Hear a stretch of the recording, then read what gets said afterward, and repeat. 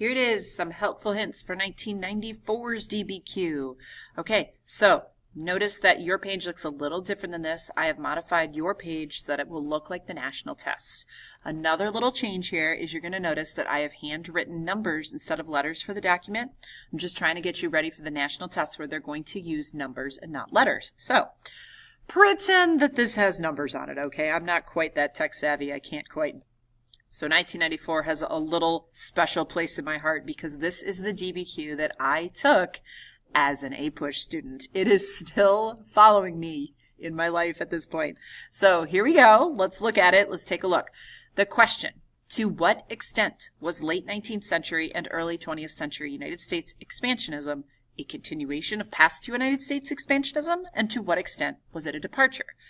Use the documents and your knowledge of United States history to 1914 to construct your answer. So this is a change over time question. You have got to show change over time or continuity over time. You've got to pick one. Either it's the same thing that we've been doing since day one, since this country was created. So when we take the Philippines, okay, is that the same or different than what happens at the end of the Mexican-American War or with the Cherokee with Indian removal? Is that the same thing or is that a different thing?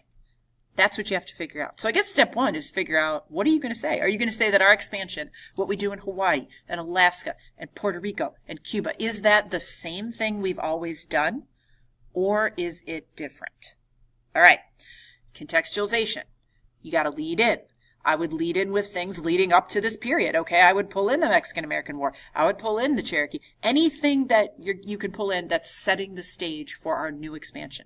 Maybe you do contextualization by saying at the end of the Civil War, the rest of the world has imperialized and we have not, okay? So think about that. You got to lead up to this period in your contextualization. Let's look at the documents. Document 1. You get the World Plunders, Thomas Nast cartoon. Look at what's happening here. Okay, think about your knowledge of what's going on, right? Notice the United States is not here. How can you use this document? Document 2, Josiah Strong, Our Country. What do we know about Josiah Strong? Do you remember? We definitely talked about him. He is our Anglo-Saxonism guy. He is talking about how Anglo-Saxons are the best and, you know, everything else is worthless and these other horribly lovely, awful things that he's saying. But how is that affecting what's going on in the 1880s and 90s? How is that same or different to what was being said before? That's what you want to think about. Alfred Mahan, The Interest of Sea Power Upon History. We talked about him too. What's he saying about how we should use our sea power, right? Is this the same thing we've heard before? Is this different? Look at what you can pull in here. Okay, is that the same or different as stuff that we've seen before? Document 4. You get the anti-imperialists. What are they trying to point out, especially here in the Philippines? So what's happening here? And how can you maybe use this document to show change or continuity over time? Document 5. Albert Beveridge, speaking at Congress. How can you use this to show change over time? Okay, look at the words that are happening here. Think about this. Is this the first time we've seen this? Or is this not the first time we've seen this? Your next document, Teddy Roosevelt, Message to Congress.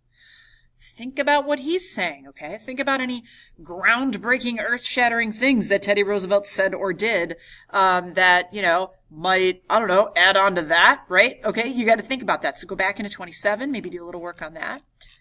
And then your last document, we get another cartoon, American Diplomacy. Got China. Oh, hey, there's an open door, isn't there? That's kind of important. What's happening here? Is this the same or different than we've seen in other times we have acquired land? That is your final document for 1994. All right, so you want to think continuity and change over time. Which one is it? And make a good, strong argument. Full, complete paragraph at the end that's going to tie it back to your thesis and really hammer home your arguments and your points. Let me know if you have any questions. Good luck with 1994.